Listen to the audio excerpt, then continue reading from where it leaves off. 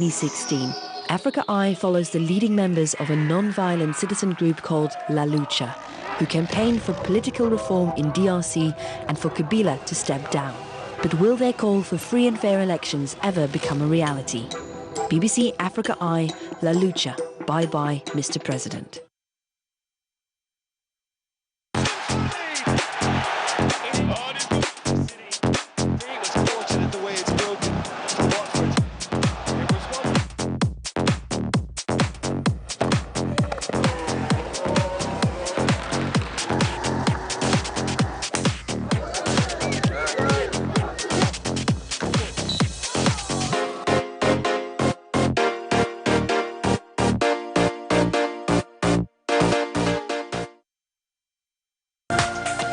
This is KTN News.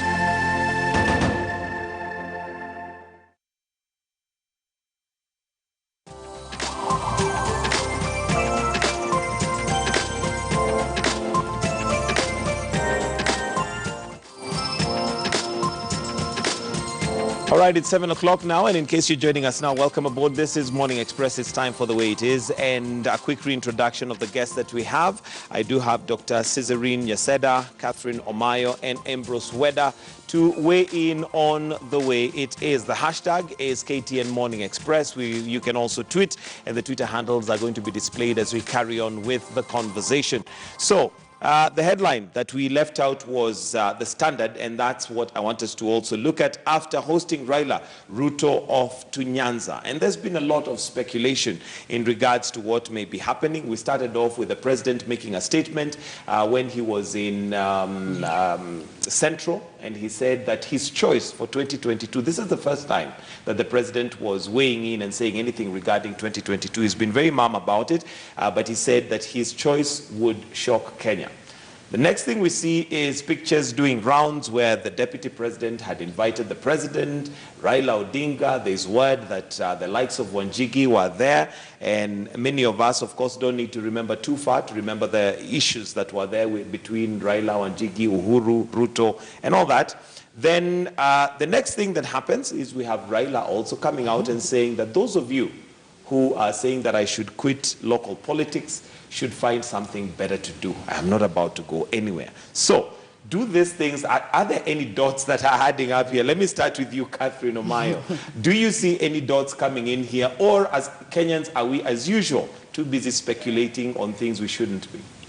Earlier on, when we had war happening and wrangles, I think our leadership was not reasoning. That's why they were using force. But as I look into the handshake of Uhuru, it matches his smile.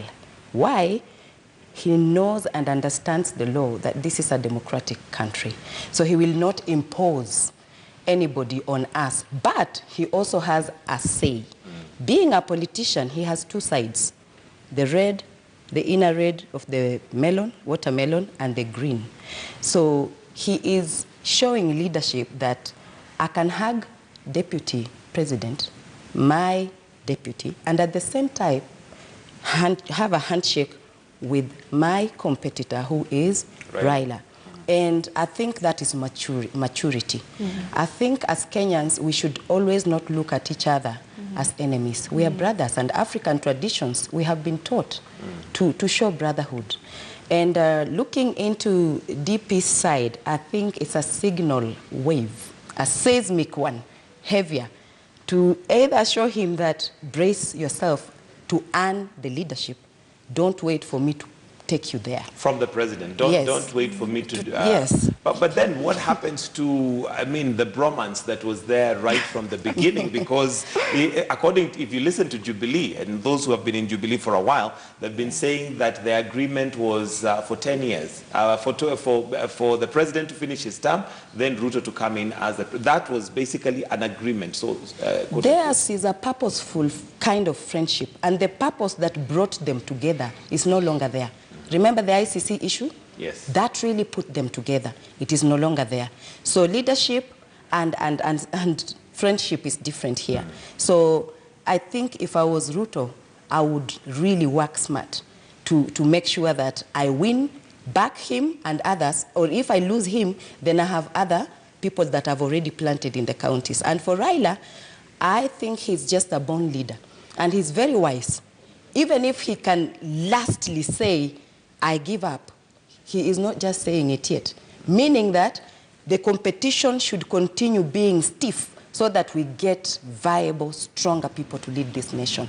Kenya is not a baby anymore. We are no longer crawling. We need strong people who lead with vision. Okay. And he's a revolutionist, so revolutionists don't do that until they die. Until they die. All right, Dr. Cizarin, your thoughts on this and whether there should be anything we should be reading into what's happening currently?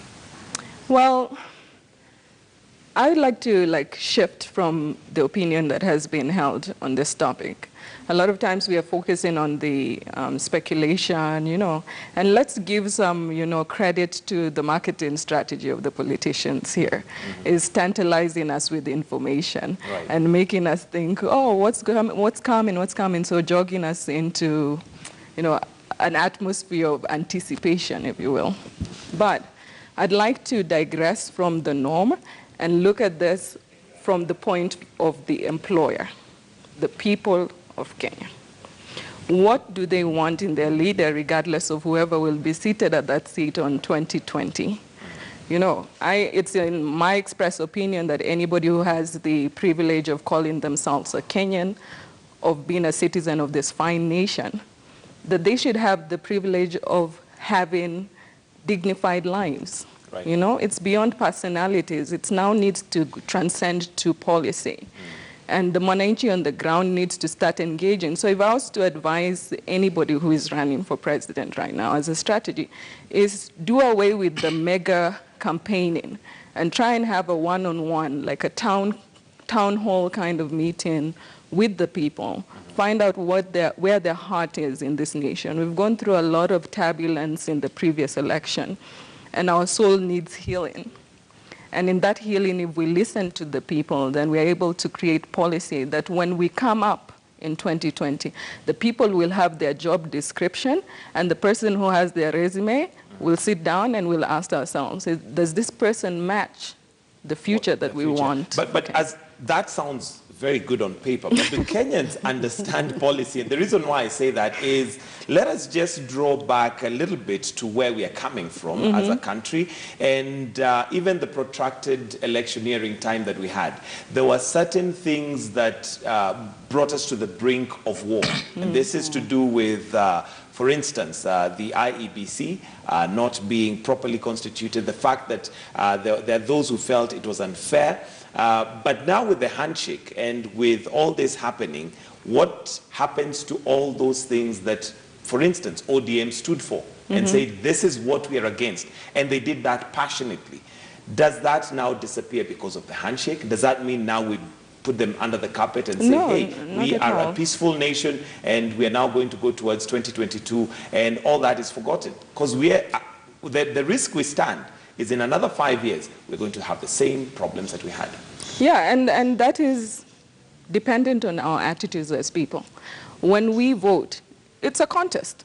We know we are having different policies, we're having different people trying to get our votes. But when we are done, we don't know as a country when to say the game is over, now let's shake hands. See, we don't rest. We have like this continuous role of politics within our culture that doesn't give a break, and nobody gets fatigued over it. And yes, there are things that are, valid from both sides when they bring up that could be useful to society, regardless of which party it is. So how do we change our psyche as the people of Kenya, that we don't turn our country into sports teams where it's red versus yellow versus orange versus green, and more about, in my life after this politics is over, what do I have? What do I have? All right, Weda, you've been in politics for a long time and you've had these discussions for a long time. And sometimes there's what we call a boardroom discussion. But what happens in the boardroom and what happens on the ground is completely different, especially when it comes to politics. Yes, first of all, you should know that the mwananchi you're talking about, those are like a bag of potatoes. You carry them at the back, you drop them like this. That's what the politicians do. So they don't matter, because when the time comes, you decide, where is Raila? We run there. Where is Uhuru? We go there. That's a problem, though. I think The president is worried about being relevant. Yes. For now, people are angling for the future. They know President Uhuru, yours is almost gone, so don't bother us. So they're either going around Ruto or going around But Raila. allow me to stop you a little bit there, Weda. Who are these people angling for the future? Because for the Kenyan Mwananchi, I want bread and food on my table. I want, to live. I want to go and work and make sure everything is working. The few that might be angling for 2022 are politicians. Why do you remember, I started by saying that you are one piece in the bag of potatoes, which is the people. How unfortunate. Who will be looking, where is my Uhuru, my tribesman, my party man? Isn't it? Where is Raila? We all run there. So even if you run back to Uhuru, they say, you are Jaluo, you are lost. So it is not what the people think or want now. It is who will lead and then the troop there. So Mheshimiwa Ruto is having his team. And you could see the Mount Kenya team going into a corner and trying to put demands to President Uhuru and trying to get direction for post-2022. That leaves out the president, because the president no longer in the equation. Some are trying to say, look, we want you to go on and on, which they know will be also difficult. So the president is not the equation, and they want to see who will be there in the future. Secondly, the president's agenda is getting less and less attention, the big four. And that's why the president is furious. He tells them, stop this thing you are doing. You don't even know. Come 2022, you will be surprised. Even these people, you think it may not be. So that they get confused and they get back to work. Otherwise, 2022, you can see, will be between Raila or somebody he endorses and the deputy president. The deputy president is very clear that he wants to run and he will run. However, this thing will surprise you. The president and the president will want assurance. Assurance, whoever becomes president will not take him back to ICC. And the one which is clear and guaranteed is the deputy president. If Raila also comes in, he has to assure him that if I came to power, I will protect both of you so hard that nothing will happen. Otherwise, a third party will take President Uhuru and William Samoei Ruto and call Bensouda, and they'll get a few liars here who will say, now I was there in State House when this happened, and they will be fished back. What am I trying to say? That the president and the deputy are hooked at the hip. So if they think they will be surprised, it could be easily saying, I assure you, Mheshimiwa Ruto, let us go forward. So those who are angling, I think the president wants us to continue, go back to work. Okay. And that's what the handshake is also about. Work. But as we want to, who will be president and want to be close, that's the problem. Dr. Cesarin, how do we change this narrative so that for the next at least 2.5 to 3 years, we literally focus on the big four? Because again, the deputy president, as he's even now going to Nyanza, he goes under the guise of opening, development projects. But there are those who also feel that these are not just development projects. He's literally already on campaign mode. And that already puts us in a certain cycle that we never seem to get over. How do we change this narrative? You have rightly said that, and the Constitution supports what you're saying, that it's the Mwananchi that has the power. But when we look at things, really, do we have that power? We gave it away. So how do we get it back? You take it back. The thing is even within our conversation here, a lot has been said more about strategizing, and the people, as you said, their bags of potatoes, I might not really agree with that. But these are people, not numbers, These are Kenyan brothers and sisters of ours. We should not just merely look at them as pawns to play in a game. But the politicians sometimes make us feel like that's how they use it. And that's the game that could be played. It's not just unique to Kenya. We have all sorts of divisions around the world, whether it's on racial lines, economic lines. The question is, how do you invoke policy as people so that even with those bloodlines, whether they be on a tribal level or political party level, that you still maintain the dignity of human beings on a basic level, right?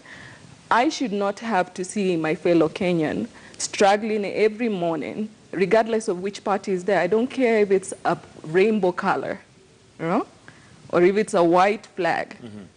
Every Kenyan has the right, as a citizen of this nation, to have health care, to have opportunity and resource, to have education. And that's great that we have to play this game called politics to get there. But our politics need to shift from politics of personality into politics of policy. And ideology. Yes. Catherine Omayo, how do we shift our politics from personality to, ideology and, like she says, policy? By demanding the promises they gave us. Most people forget very fast.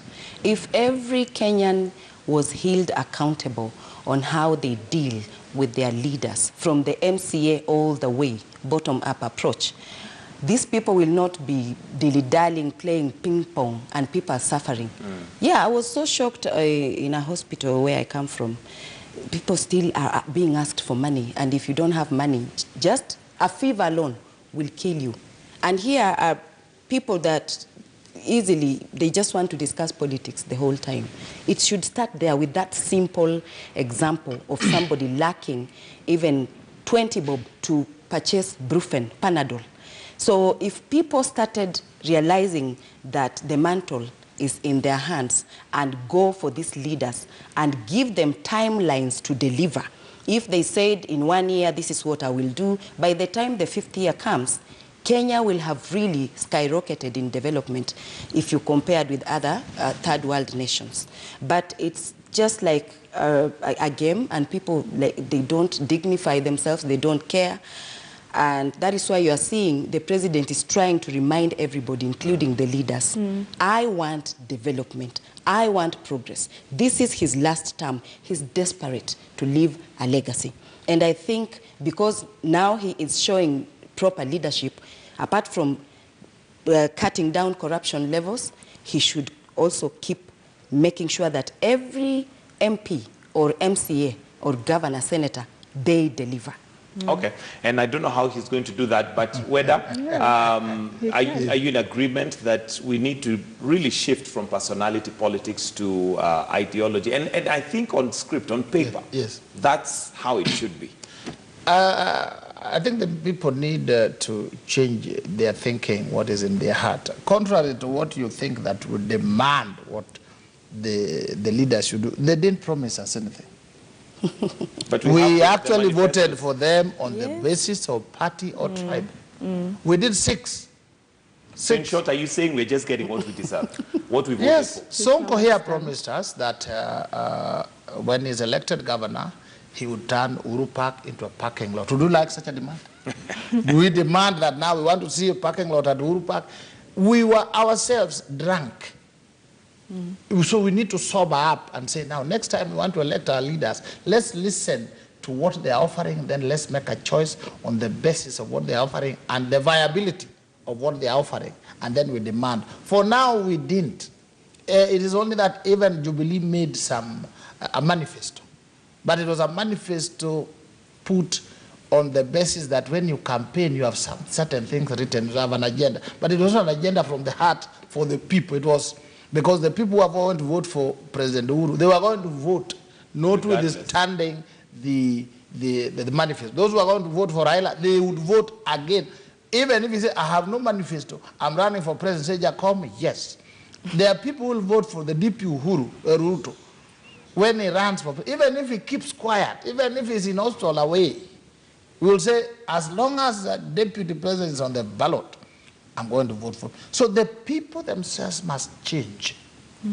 Change and say, what are our problems? How do we want them solved? Who is offering a better opportunity? Again, in central Kenya, the Kikuyu nation, they seem to understand this up to the MCA, senator, this lower than the presidency. They seem to understand, so that even if you go and say, I'm going to fight for Uhuru, I am the guardian of Uhuru, with me in parliament, Uhuru is safe, if they don't like you, they'll stop you. But if you go back to, let's say, the Luo nation, they tell you it doesn't matter who you are, as long as you are not with Baba. So until we change, And and say we want what will leaders. bring that change? Because when we look at our country, we are probably at the worst we've ever been, especially economically speaking. The price of unga recently, the government said was going to cost 70 shillings. That has now changed. The rate of corruption, of course, now we don't even talk in billions, we talk in terms of billions. Things seem to have gone worse. They've gone south. Recently, we had VAT introduced into all fuel products, and we went, all up in arms, but it is now there, and we've gone back, and things continue as usual. What is it that will bring this change, do you think, Dr. Cesarin? So, If the pinch, financially and economically, is not bringing that change, are we about to change? but we are looking at it from a wrong angle. I think sometimes we need to give ourselves grace. We are only in our 50s as a country. We've not had any industrialization or revolution of industry technology like other countries that we compare ourselves to, mostly Western countries. If we look back in their periods of history, those who are successful today, they had periods that were worse than we are in right now. Now, what did they do? There are lessons to be learned. We can go back to history books and read them. They had political turmoil, just like we do, right? So the solution, I think, in my humble opinion, is to encourage goodwill and entrepreneurship, to encourage unity, because if we look at each other as brother and sister, and we look at each other as benefiting together, not apart, then we can remove the politics into our lifestyle. We need the Kenyan shilling to circulate within the Kenyan economy. When we are separated, we allow people to come in like the Chinese or industrial countries. They take the money, put it in their bank accounts, and it's out of the country. We don't have it circulating amongst the people, you see? So we need to encourage entrepreneurship. That cannot be done by evoking taxes and making people suffer even more. Is you want to encourage small businesses, especially women, because the numbers don't lie again. If you let the women who know in this nation and in this continent how to turn something out of nothing to be frontiers within the business world, then you will see a big change, because the money will circulate. You'll be able to pay your debt within the economy, and then you don't have a dependency, which makes people become more indignified by looking in somebody else. Catherine? I wanted to top up. I think we should start teaching even our children from nursery all the way that, one, stealing is wrong, cheating is wrong, and from there, during KCSE, KCPE, you find even teachers assisting to steal exams. So these kind of children graduate into knowing that stealing is okay, and we end up having such leaders in parliament. They are not even embarrassed to create deals that they know will throw our country into a brink. So simple things like those that we do not look into have made us all guilty. And we are like goats, and the judge here is the leopard. We can never be innocent. So apart from that, tolerance. I was at the University of Nairobi. There were times we couldn't tolerate nonsense from politicians. And we would go to a stronger opposition leader to help us riot and say no to something. And we joined and had a revolution and removed Moi. What has happened today to our younger people who are more vibrant and have, their intellectual capacity still intact? People have relaxed and they have stayed comfortable and agreed to be either poor or rich. And that is why if you are rich in Kenya, you are terribly rich, dangerously rich. And if you are poor, you are also severely poor. And people are not seeing a problem there. And what is unfortunate is that even that richness and poverty is, or rather, let me talk about the riches. It doesn't matter how you get rich, so long as you have the money, then we praise you. As a country, we seem to, follow you. Whether you wanted to weigh in on that. What I want to say is that you don't bring change by tolerance or what. The seed, pain is the seed for change. Pain is the seed for change until people feel the pinch and realize that the decisions they make at the ballot have consequences which can be joyful or painful. they will not change. Do So you think we've reached a point where we now have felt that pain? Yes, when we have not felt it enough. Now when the taxes go up, and those in Chaweri and those in Kisumu Ndogo and those in Mombasa and those who are in with the Kakamega, when they feel it together, when they feel the pain together and they realize the Kikuyu is suffering the same way the Luo is suffering, then that pain makes them realize, no, let's stop looking at people on the tribal basis. Let's look at them on ability basis. When somebody is hungry in Kajiado and another one is hungry in Turkana, then they stop seeing it as one of our own. If money is stolen, it is gone and affects you. Every change that has occurred in any society has been that they felt pain to the level where they say enough is enough. We are feeling it, but it is still kidogo. Some people are still having to steal. So when they come and they pay us and we dance for them and sing for them and then we vote for them. A time will come when we'll ask you, my brother, you are working at the Standard and then you came to run. How comes you are always daily on a chopper and so on and so forth? What you have taken is my money. So that will come only after people have felt the pain. The pain. Without pain, hakuna. Dr. Cicero, do you agree that we have not reached a point where the pain is going to bring a revolution? And maybe to some degree, Weda is right, any revolution that has come in any country has been as a result of a lot of pain. And let me even use Kenya as an example. When we came up with the premiership, Prime Minister, it was born out of an experience that Kenyans said enough is enough. But it looks like we could easily slide back there. Yeah, because with pain, there's painkillers, right? And our painkiller in Kenya is campaigning and politicking and forgetting, right? And then we get back into the same pattern. So I would challenge people to think in a different way. We don't always have to think of Africa as suffering. How about thinking of inspiration? How about we would like to do this differently, you know? And not we need to suffer in order to change things. I'm sorry that I say that next to you. But the truth is, we like making this synonymous relationship between Africa and suffering. And people have to suffer, and there needs to be a change, is something, you know, a big gap between so and so and so and so. We see it in our culture, even traditionally, you know.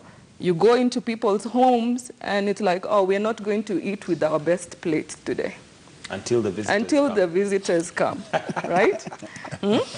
Why don't we want to give ourselves the best, you know? But let's look at this practically. And as much as I agree that we shouldn't associate it with pain, if we look at where we are now and where we are headed, even as we get closer to 2022, let's take the IEBC, for example. We do know that there were issues. We know that there are some commissioners that quit.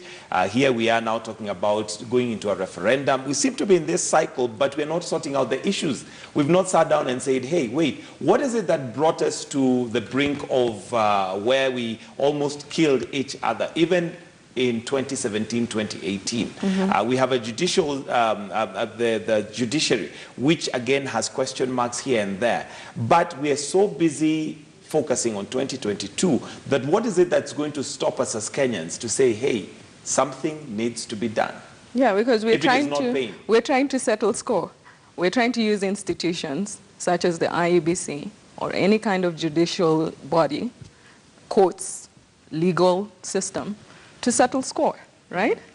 We're not looking at how to move away from it. Listen, when we had colonialism, we somehow got over that in a way. We didn't keep on holding the burden of Britain at our doorsteps. We had a euphoria of moving into the next frontier, yes? Sure, things happen. We have contentious elections. We have to reflect. But the way to reflect is not by creating more score settling and more, you know, division amongst people. It's in acknowledging. And that's why we have to give the grace, regardless of what we speculate or kind of things that we think. We have to give the grace to our leadership that they are maintaining a diversity and even meeting, you know, a respect of meeting each other. And we on the street cannot even respect one another. You know, we need to look at that example. All right, Catherine, and wrap it in with your closing comments, because I see we are also running out of time. There was potential sunshine in the handshake. But the problem was where we missed the opportunity when the two, Raila and Uhuru, had it, they forgot to engage Wanjiku and let them know what is in the parcel so that everybody understands what they have in the parcel. So that was the time, because now at least there was no war, and now people started just saying, after all, that has happened, and we are embarrassed, we want to move forward. That time when they had a handshake, they could have sat with people and informed them that this is what we're going to do. Unfortunately, again, they have put politics in it. If we looked at it positively, Kenya needed it. We were desperate, because running in wrangles, battles, every day was taking us, in fact, it has already taken us down, but because of the country having been divided so deeply, healing and bringing the two that have almost 50-50 of the country in their hands, we needed the handshake, but the handshake, we were not told the details properly. So if they unfold the parcel and let us know that this is the way we are going to do to move from now onwards as Kenyans, not as tribes and belonging in a particular party, I think Kenya will never go back to. All right, and I guess politics is, like they say, there are no friends or enemies, but interests. And that's why, maybe even with the handshake, it is shrouded in a lot of mystery, and they only give us the information that is necessary for them to move forward, but not for us as a country to understand. Whether your closing comments... Yes, what I say is, she has just said that we were very desperate. That reinforces that pain is the seed for change. We were paining, we were hurting. We were in pain. So when there was a handshake, you say, hallelujah. You see, I put this in paper here because you see the EACC, the DCI, the law, all the law. There is the right path and the pain path. They say, if you don't change, there's this pain awaiting you. Voting on tribal and party basis, tribal party. I vote for my fellow tribesman, I vote for my party, will only change when we have felt the pain, when things are tough and hard, and we say, now for me, I want a leader. When in America, the economy had gone down, there was a bust, everything went out. Even the blue-eyed Mzungu, we call it in Luo Diero, said, we want somebody to resolve this, to make this. It does not matter whether it's a black, a white, or an Indian. They had felt the pain. So they could not afford the luxury of, I want a Mzungu, an Hispanic.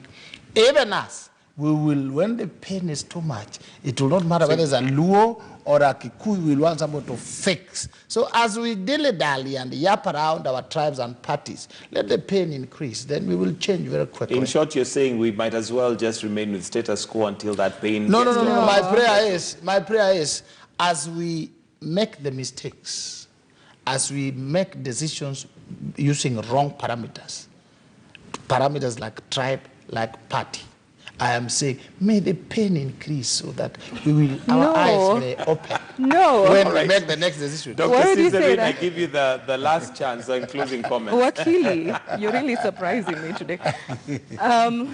There's something known as, I think it's within the psychology spheres, learned hopelessness, okay? We don't want to keep on talking about people suffering and then continue on until they reach the deep core. I would think that somebody missing school fees, a mother who has to walk 10 kilometers to feed her children one meal, is enough pain for us to feel. It shouldn't be that we need to reach levels of desperation. While the contrary happens around us, we are seeing people who are not really suffering around us every single day, right? So I think the opportunity that we have here for leadership, especially our current president, who may be weary about having a lame duck section right now because his time is ending.